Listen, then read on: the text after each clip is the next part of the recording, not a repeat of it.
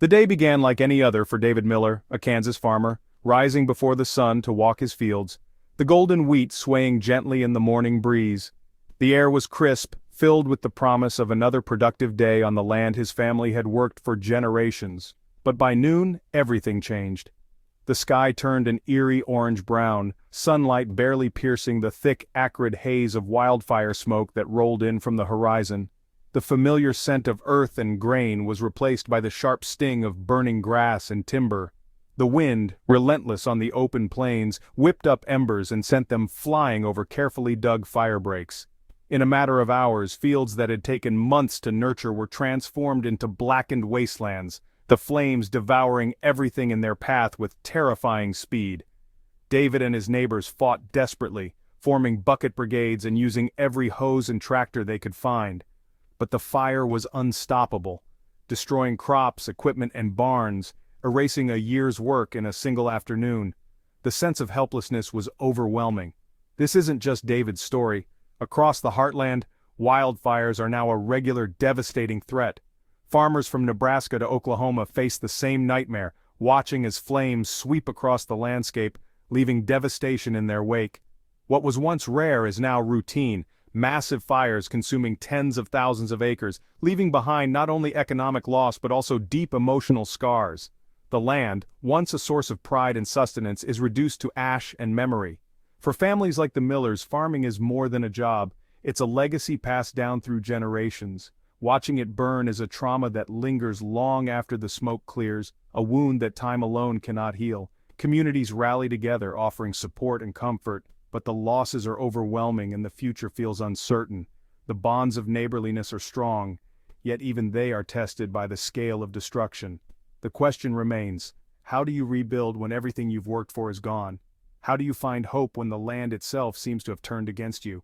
Across the Midwest, that question is becoming heartbreakingly common. Each year, more families are forced to confront the reality of starting over from nothing. The blackened fields aren't just lost income, they're a lost future, a reminder of how quickly everything can change. The scars left behind are both physical and emotional. As the ash settles and a new day dawns, the challenge is clear. Can we find ways to prevent this from happening again? The answer will shape the future of farming in America's heartland. These wildfires aren't caused by one thing. They're the result of a perfect storm. Climate change is making summers hotter and drier, turning crops into tinder. A single spark, lightning, machinery, or a cigarette can ignite a blaze that races across the plains, fueled by relentless winds. Modern farming practices have removed natural fire breaks, creating vast, uninterrupted fields that let fires travel for miles. The patchwork prairie is gone, replaced by monocultures that act like fuses. Rural fire departments, often volunteer-run and underfunded, are outmatched by the scale and speed of these new fires. Even the best teams can only focus on saving lives and homes, leaving fields to burn. The system simply isn't built for this new reality. The very sun and wind that once sustained these farms now threaten them. As the climate shifts, so does the risk, making every summer a gamble. The fires are no longer the exception, they're becoming the rule. When fire sweeps through a field, it's not just the crops that are lost. The flames consume months of hard labor, dreams, and the hope of a good season. In a matter of hours, what was once a thriving landscape is reduced to ash and smoke. A year's work and investment vanish instantly, leaving behind only the blackened remains of what could have been a bountiful harvest. For farmers, it's a financial disaster. Debts remain, but the harvest is gone. The bills keep coming, even as the barns stand empty and the fields lie barren. Crop insurance helps, but rarely covers the full loss or the long-term damage to land and equipment. The emotional toll is just as heavy, as families wonder how they'll recover. The impact ripples outward, less grain for mills, less feed for livestock, and uncertainty for everyone who depends on these farms.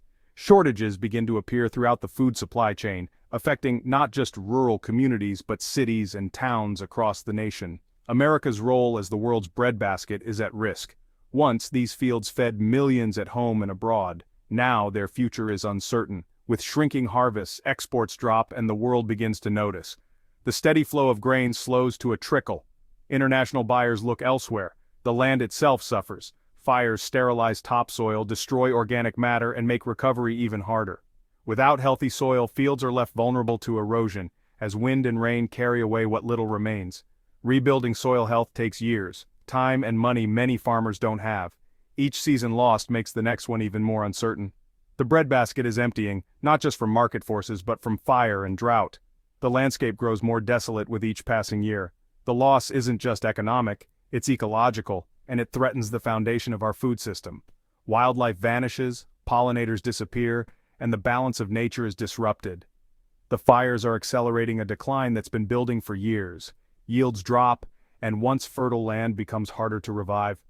The question is no longer if the breadbasket will shrink, but how quickly. Each year, the map of America's wheat regions grows smaller. For many, the damage feels irreversible. The future of America's breadbasket and the security of our food supply hangs in the balance. Wheat once symbolized American abundance, with the U.S. dominating global markets for generations. For much of the 20th century, these golden fields were a source of national pride, feeding not just Americans, but millions around the world. The sight of endless wheat swaying in the breeze was a testament to the country's agricultural might and prosperity.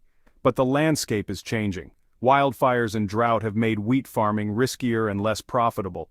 Climate change has brought unpredictable weather, scorching heat, and longer dry spells, making it harder for farmers to plan and protect their crops. The once reliable seasons have become a gamble.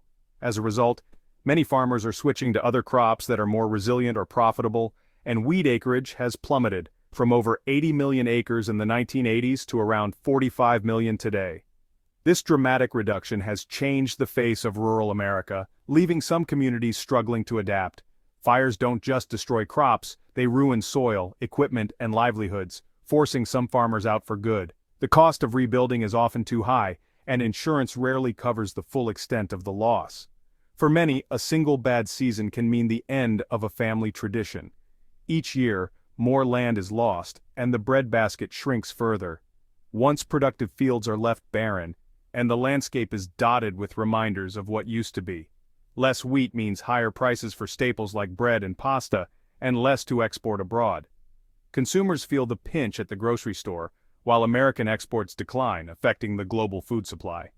America's reputation as a reliable food supplier is fading. Other countries are stepping in to fill the gap, and U.S. farmers are losing their place in the world market. The decline is visible in the numbers, and in the empty fields left behind. Where wheat once flourished, now there is silence and uncertainty. The fires are speeding up a trend that's been decades in the making. What was once a slow decline has become a crisis, threatening the future of American agriculture. The U.S. is no longer the world's wheat king, it's struggling to feed itself.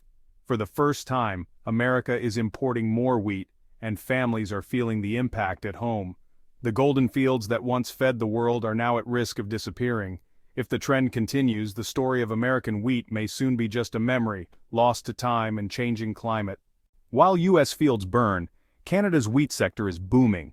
Climate change is lengthening Canada's growing season, opening new land for cultivation in the north.